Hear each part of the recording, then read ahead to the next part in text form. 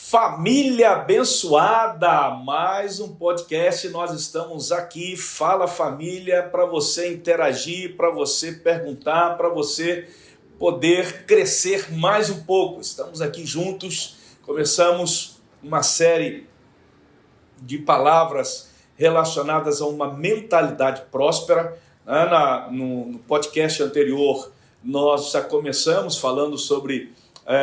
demos 3 passos, para que uma pessoa possa ter uma mentalidade próspera, e isso é muito interessante, a gente aprender sobre isso, mas mais do que isso, assimilar isso e vivenciar isso. Então eu quero que você participe, que você aí deixe a sua curtida aí, muito interessante, também compartilhe com os outros amigos. Essa palavra é muito importante para abençoar a tua vida, ajudar as pessoas a crescerem, ter uma mentalidade próspera para a glória do nome do Senhor Jesus. Amém? Então, hoje eu vou dar continuidade. Na anterior nós falamos sobre a mentalidade próspera, quais são os passos, falei sobre 3 passos, e hoje eu vou dar continuidade, vou falar sobre o 4º passo, e assim, dando continuidade nos demais passos, para que você possa ter uma mentalidade próspera, ok? Então, se você puder anotar, anote, O 4º passo que... você, pastor, quais são os outros 3? Eu não vi. Vai lá, cara.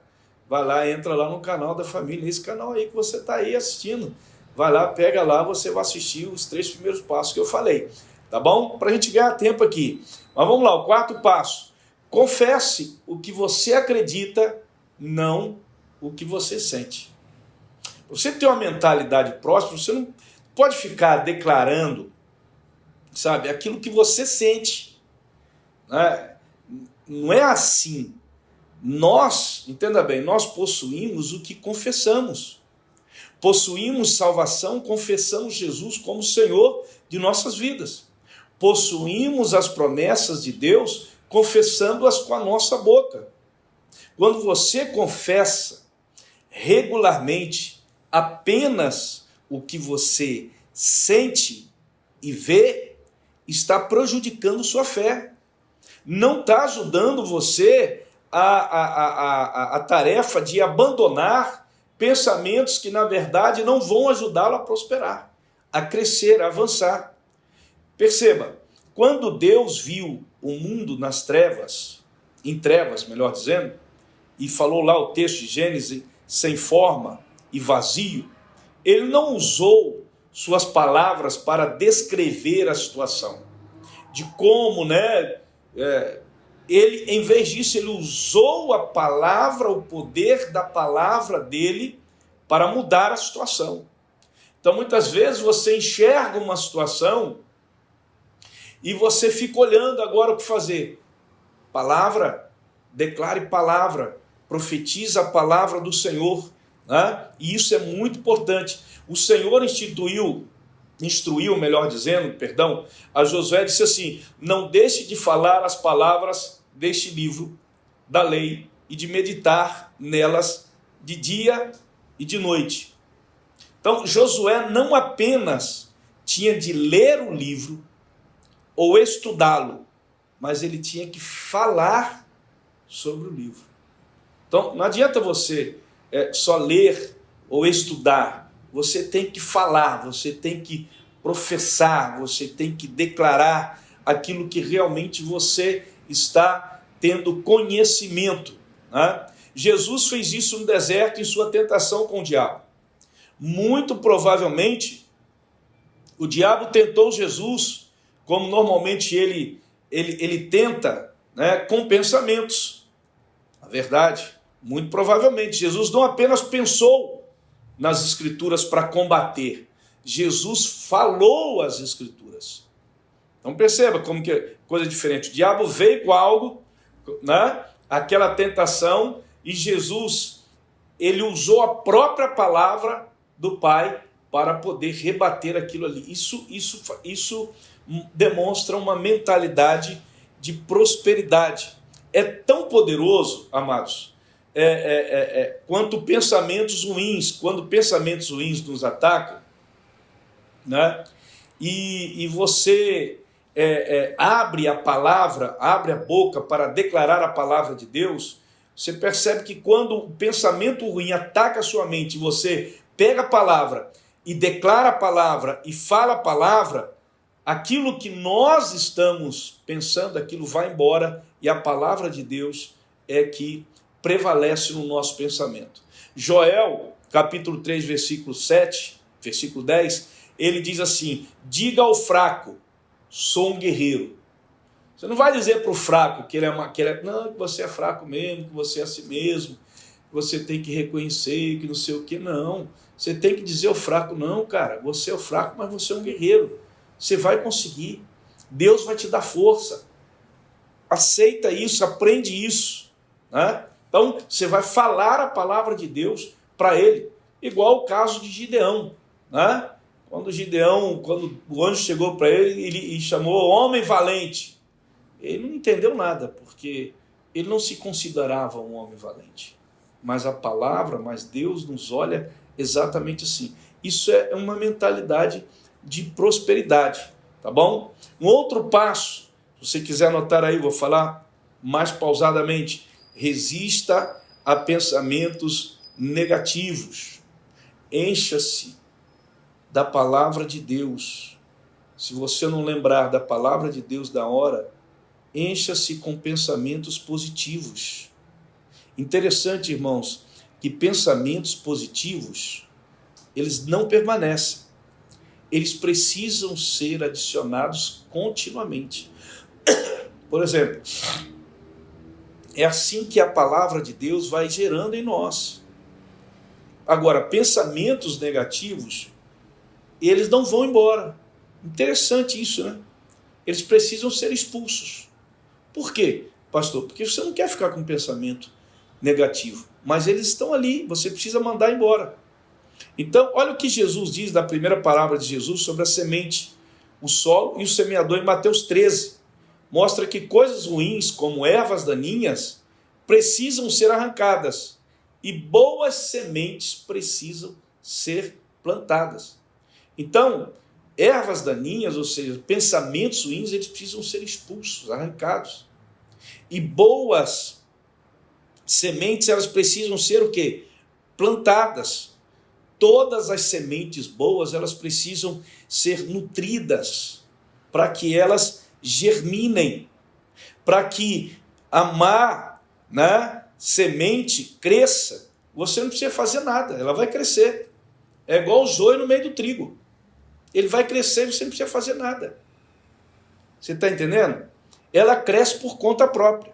Infelizmente, boas sementes não crescem assim. Você tem que tratar, você tem que germinar, você tem que variavelmente colocar exatamente aquilo ali, tá? Então, devemos nos encher sempre com a palavra de Deus, abrindo espaço para ela em nossos corações. O Paulo, na sua segunda carta aos Coríntios, capítulo 10, versículo 5, ele fala sobre isso. Ele diz que nós temos que trazer cativos os nossos pensamentos ao Senhor Jesus, né?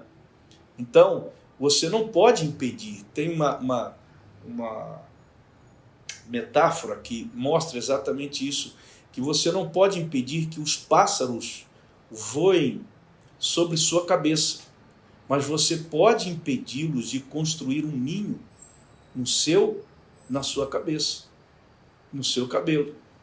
Pensamentos ruins, eles virão, mas eles não precisam ficar, se falarmos contra eles com a palavra de Deus.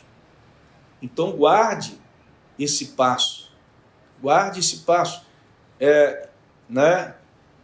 nutre seus pensamentos com as coisas positivas, com pensamentos positivos, com a palavra do Senhor, né?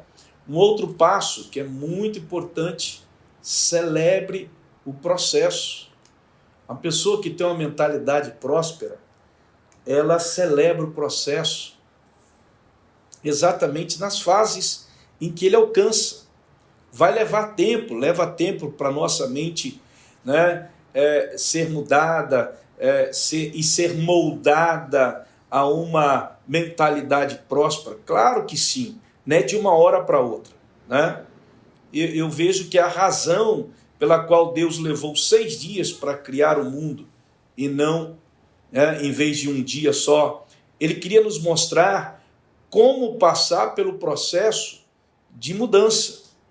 A cada dia, algo grande era feito e Deus terminava o dia como? Comemorando o que foi feito. Em vez dele reclamar daquilo que ainda não tinha feito, ele celebrava aquilo que ele já tinha feito.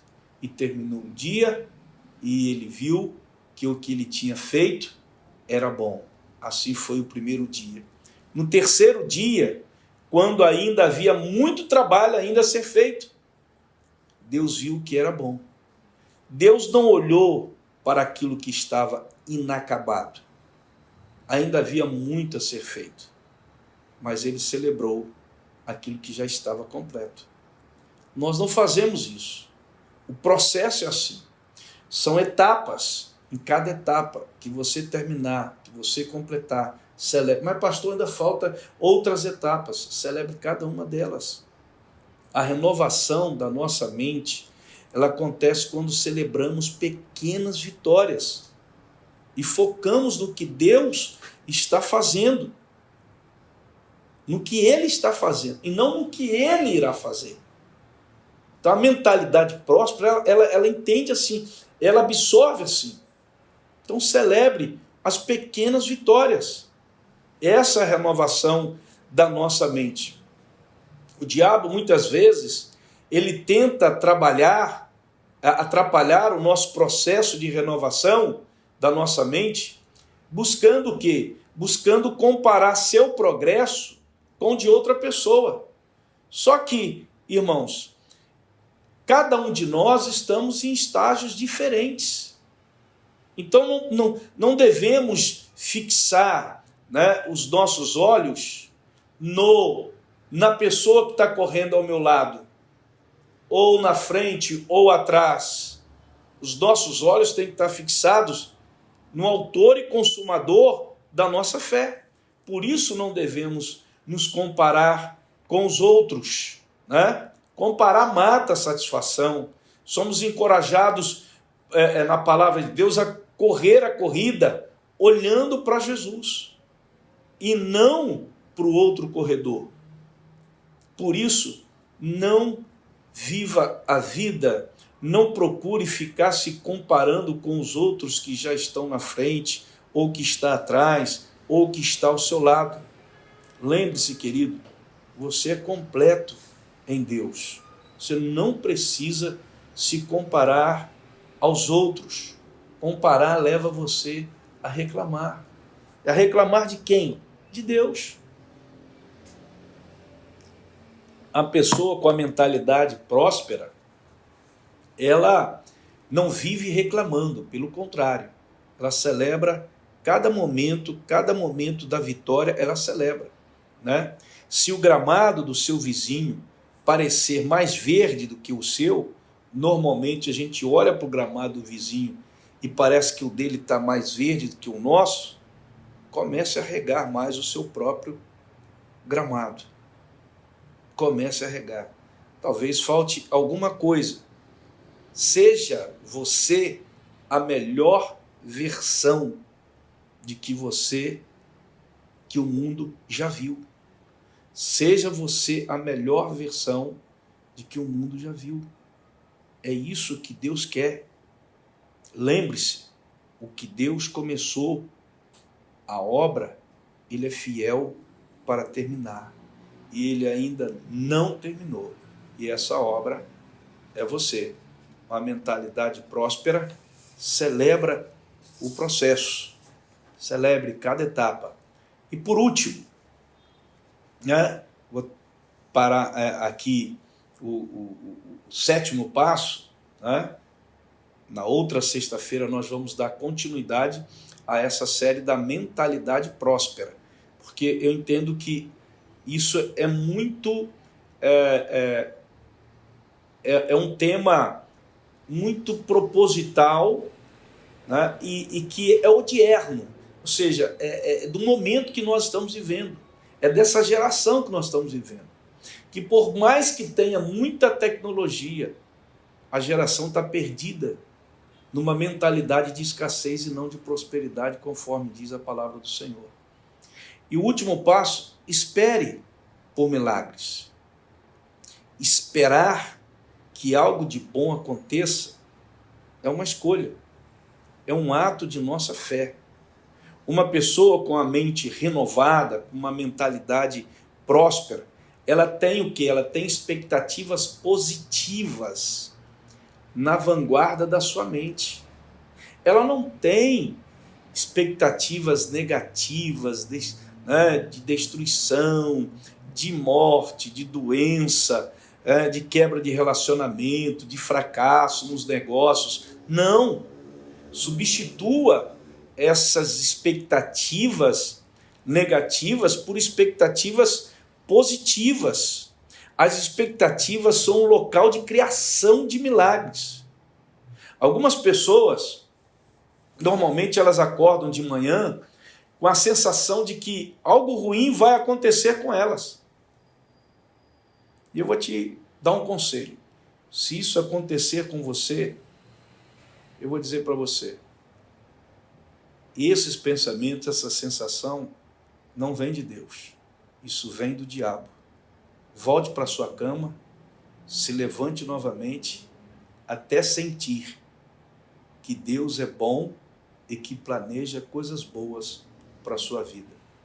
Então espere por milagres. Vão acontecer para a glória do nome do Senhor Jesus. Se você continuar tendo maus pensamentos de que algo vai acontecer e eles acontecem, você está usando a sua fé contra você mesmo. Eu escolho confiar em Deus e esperar na graça e na misericórdia dele. Tá? Não espere por acidentes, por problemas, né? Ou por tudo ruim. Não. Espere por coisas boas que Deus vai fazer.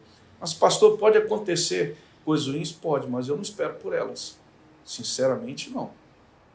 Eu não acordo dizendo, hoje vai acontecer isso, vai acontecer aquilo, vai ser assim, vai ser, hoje vai ser daqueles dias terríveis. Meu Deus do céu, não acorde com essa expectativa, espere por milagres. Tá? Isso não significa que nunca teremos dias ruins. Claro que sim, mas não vamos viver esperando por eles não, irmão.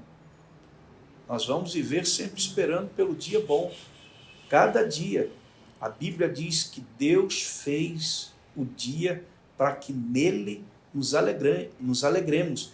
É isso que a Bíblia diz. Embora possa acontecer algumas coisas ruins, mas as coisas boas, elas irão superar as coisas ruins. Isso é de uma pessoa que tem mentalidade próspera. Amém?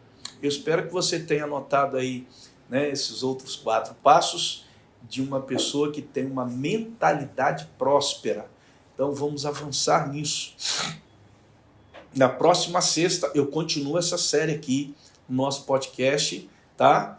Compartilhe com outras pessoas, isso aqui é muito importante que eu estou compartilhando com vocês. Isso tem mexido muito comigo, tem mexido muito com a minha mente, né? Eu já sou uma pessoa com 60 anos de idade, aí você vai pensar assim, mas pastor, ainda tem mudança, ainda renova a mente, ainda tem expectativa? Claro que sim, né? Nunca é tarde para mudar, nunca é tarde para avançar, nunca é tarde para a gente alcançar coisas maiores na vida. É isso que a palavra de Deus nos impulsiona, em nome de Jesus. Tá bom? Deixa aí os seus comentários, compartilhe com todo mundo. Se você ainda, não deu a sua curtida, curte aí, porque o YouTube entende que é um tema interessante, que outras pessoas precisam ver também. Tá bom? Compartilhe com todo mundo que você puder. E vamos estar juntos aí, sexta-feira que vem, às 21 horas, em nome de Jesus. Um beijo no coração, um abraço, fiquem com Deus.